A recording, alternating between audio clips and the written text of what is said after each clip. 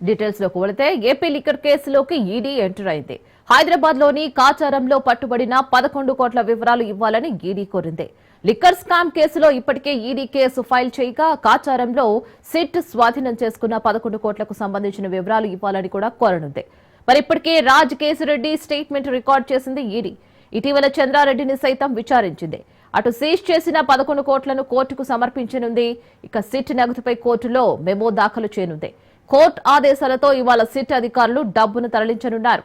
SIT seize చేసిన డబ్బుపై Raj Kesireddy petition దాఖలు చేసే అవకాశం ఉన్నట్లుగా కూడా తెలుస్తోంది.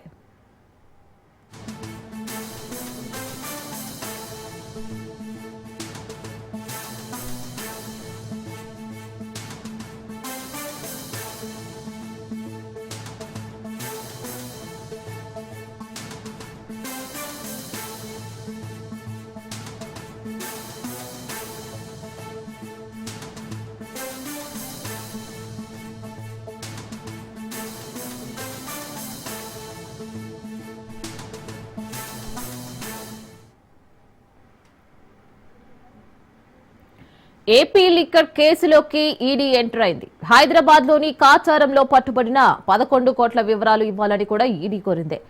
లిక్కర్ స్కామ్ కేసులో ఇప్పటికే ఈడీ కేసు ఫైల్ చేయగా కాచారంలో సిట్ స్వాధీనం చేసుకున్న 11 కోట్లకు సంబంధించిన వివరాలు ఇవ్వాలని కోరనుంది. ఇప్పటికే రాజ్ కేసిరెడ్డి స్టేట్మెంట్ రికార్డు చేసింది ఈడీ. ఇటీవల చంద్రారెడ్డిని సైతం విచారించింది. అటు సీజ్ చేసిన 11 కోట్లను కోర్టుకు సమర్పించనుంది. సిట్ నగదుపై కోర్టులో మెమో దాఖలు చేయనుంది. కోర్టు ఆదేశాలతో ఇవాళ సిట్ అధికారులు డబ్బును తరలించనున్నారు. సిట్ సీజ్ చేసిన డబ్బుపై రాజ్ కేసిరెడ్డి పిటిషన్ దాఖలు చేసే అవకాశం ఉన్నట్లుగా కూడా తెలుస్తోంది.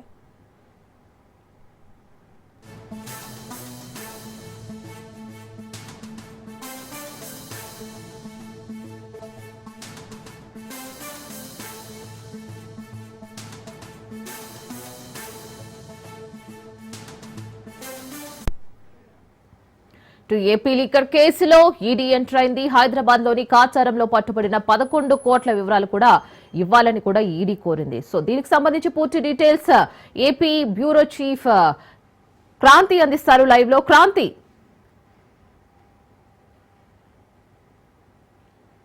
శ్రీనా, లిక్కర్ కేసులో రోజు రోజుకి కూడా సిట్ తన దర్యాప్తుని వేగవంతం చేస్తుందని చెప్పుకోవచ్చు. తాజాగా శంషాబాద్ కాచారం దగ్గర ఏదైతే 11 కోట్ల నగదైతే దొరికాయో దానికి సంబంధించి ఈ లిక్కర్ కేసుకి సంబంధించి సంబంధం ఉందనేది సిట్ ప్రధానంగా అభియోగిస్తుంది. దానికి సంబంధించి ఇప్పటికే ఆ నగదంతా కూడా సీజ్ చేసి సిట్ కార్యాలయానికి తరలించిన పరిస్థితి అయితే ఉంది. అయితే ఈరోజు ఏదైతే సీజ్ చేసిన 11 కోట్ల నగదు ఉందో దానికి సంబంధించి కోర్టుకి సమర్పించే అవకాశం అయితే ఉంది. కోర్టు ద్వారా దాన్ని తరలించే అవకాశం అయితే కనిపిస్తుంది. ఇక ఈ 11 కోట్లకి సంబంధించిన నగదు అంశానికి సంబంధించి ప్రత్యేకంగా ఇది తనకి సంబంధం లేదు అనేది అటు రాజ్ రెడ్డి ఏవన్గా ఈ లిక్కర్ స్కామ్ లో ఏదైతే ఏవన్గా ఉన్నారో రాజ్ రెడ్డికి సంబంధించి నిన్న ఏసీబీ కోర్టులో ఒక అఫిడవిట్ దాఖలు చేయడం జరిగింది. కేవలం అంటే సిట్ అధికారులు తనకి బెయిల్ రాకుండా చేసేందుకే ఈ రకంగా తన పైన అభియోగాలు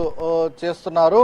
ఆ 11 కోట్లకిను తనకి ఆ లిక్కర్ స్కామ్ కి సంబంధం లేదు అనేది అఫిడవిట్ లో రాజ్ రెడ్డి తరపున న్యాయవాది ఏసీబీ కోర్టులో దాఖలు చేసిన పరిస్థితి ఉంది అఫిడవిట్ ని. అయితే దీనికి సంబంధించి అటు తన భార్య ఏదైతే అటు తీగలకి సంబంధించిన వ్యాపార లావాదేవీలు ఉన్నాయో దానిలో ఒక చిన్న స్టేక్ హోల్డర్ మట్టికే, కానీ దీనిన్నిటికీ సంబంధించి ఈ 11 కోట్లు లిక్కర్ స్కామ్ కి సంబంధించిన నగదుగానే సిట్ అధికారులు చూపిస్తున్నారనేది రాజ్ రెడ్డి ప్రధానంగా అఫిడవిట్ లో ఏదైతే పేర్కొన్న అంశంగా చూడొచ్చు. దాంతోపాటు ఈ 11 కోట్లకి సంబంధించి ముఖ్యంగా ఈడీ ఎంటర్ అయిందని కూడా చెప్పుకోవచ్చు. లిక్కర్ స్కామ్ కి సంబంధించి ఇప్పటికే ఈడీ ఎంటర్ అయింది. అయితే దీనికి సంబంధించి ఏదైతే 11 కోట్లు లభించాయో నగదుకి సంబంధించి కాచారం దగ్గర దానికి సంబంధించిన సమాచారం ఇవ్వాలంటూ ఈడీ సిట్ను కోరిన పరిస్థితి అయితే ఉంది. దానికి సంబంధించిన సమాచారము తమకి ఇవ్వాలని ఇప్పటికే సిట్ అధికారులు సంబంధించి ఈడీ అధికారులు కోరిన పరిస్థితి అయితే ఉంది. అయితే ఇప్పటికే ఈడీకి సంబంధించి రాజ్ రెడ్డికి సంబంధించిన స్టేట్మెంట్ ఈడీ అధికారులు అయితే నమోదు చేసిన పరిస్థితి అయితే ఉంది. దాంతోపాటు చంద్రారెడ్డి స్టేట్మెంట్ కూడా విచారించిన పరిస్థితి అయితే ఉంది. ఇక ఇప్పుడు ఈడీ ఈ 11 కోట్లకి సంబంధించి దానికి సంబంధించిన సమాచారం కోరిన నేపథ్యంలో రాబోయే రోజుల్లో మరికొంతమందికి సంబంధించి ఈడీ అధికారులు నోటీసులు ఇచ్చే అవకాశం ఉంది, విచారించే అవకాశం కూడా కనిపిస్తుంది. పూర్తి స్థాయిలో ఈ 11 కోట్ల అంశానికి సంబంధించి కొంత లిక్కర్ కి సంబంధించిన స్కామ్ లో భాగంగానే ఈ నగదు అనేది సిట్ అధికారులు భావిస్తున్నారు. మరోపక్క వైసీపీ నేతలు కేవలం ఇది కుట్రపూరితంగా రాజకీయ కోణంలోనే ఈ రకంగా అసత్య ప్రచారాలు చేస్తున్నారు, లేని నగదుని లేని స్కామ్ కి సంబంధించి ఇవన్నీ కూడా ఆపాదిస్తున్నారంటూ కూడా వైసీపీ నేతలు చెప్తున్న పరిస్థితి అయితే ఉంది. పూర్తి స్థాయిలో ఈ రోజు ఏవైతే నగదుకు సంబంధించి 11 కోట్ల నగదుకు సంబంధించి కూడా సిట్ అధికారులు కోర్టుకి సమర్పించే అవకాశం కనబడుతుంది. ఇక ఇప్పటికే ఏసీబీ కోర్టులో దానికి సంబంధించి 11 కోట్లకి సంబంధించి తనకి ఎలాంటి సంబంధం లేదని అటు A1గా ఉన్న రాజ్ రెడ్డి తన న్యాయవాదుల తరపున అఫిడవిట్ కూడా దాఖలు చేసిన పరిస్థితి ఉంది. పూర్తి స్థాయిలో ఈ కేసుకు సంబంధించి ఇప్పటికే ఈడీ ఎంటర్ అవడంతో కొంత ఈడీ సిట్ సంబంధించి కూడా ఈ కేసు దర్యాప్తు వేగవంతం చేశారు.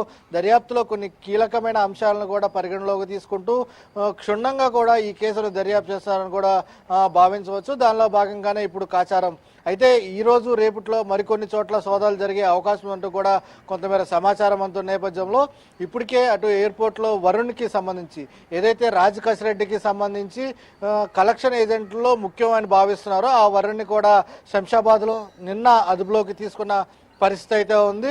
ఈ వరుణ్కి సంబంధించిన విచారణలో భాగంగా కొన్ని కీలకమైన అంశాలు కూడా వచ్చాయి అనేది కొంత సమాచారం అందుతున్న నేపథ్యంలో ఇవాళ రేపు కూడా కొన్ని చోట్ల ఈడీ అధికారులు కావచ్చు లేదా సిట్ అధికారులు కూడా కొంత విచారణ అదేవిధంగా సోదాలు చేసే అవకాశం కూడా కనిపిస్తుంది. పూర్తి స్థాయిలో ఇప్పటికే ఈ అంశానికి సంబంధించి సిట్ అధికారులు కొన్ని ప్రాంతాల్లో సోదాలు అయితే నిర్వహిస్తున్నట్టు కూడా కొంతమేర సమాచారం అందుతుంది. ఈ నేపథ్యంలోనే అటు ఈ కేసుకు సంబంధించి ఇప్పటికే 12 మంది అరెస్ట్ చేసిన నేపథ్యంలో అటు వరుణ్ కూడా తాజాగా అదుపులోకి తీసుకున్నారు.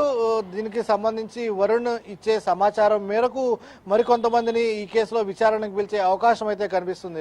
అండ్ ఆల్సో ఏపీ లిక్కర్ కేసుకు సంబంధించి ఇప్పటికే గత సంవత్సరం ఏదైతే ప్రభుత్వం మారిందో అప్పటి నుంచి ఇది ప్రొలాంగ్ అవుతున్నది, కానీ ఇప్పుడు సిట్ అధికారం తీసుకుంది కాబట్టి సో ఈ సిట్ వేగవంతం చేసే కొద్దీ ఈ యొక్క కేసు పరిష్కారం త్వరగా అవుతుందని మనం అనుకోవచ్చు అంటారు.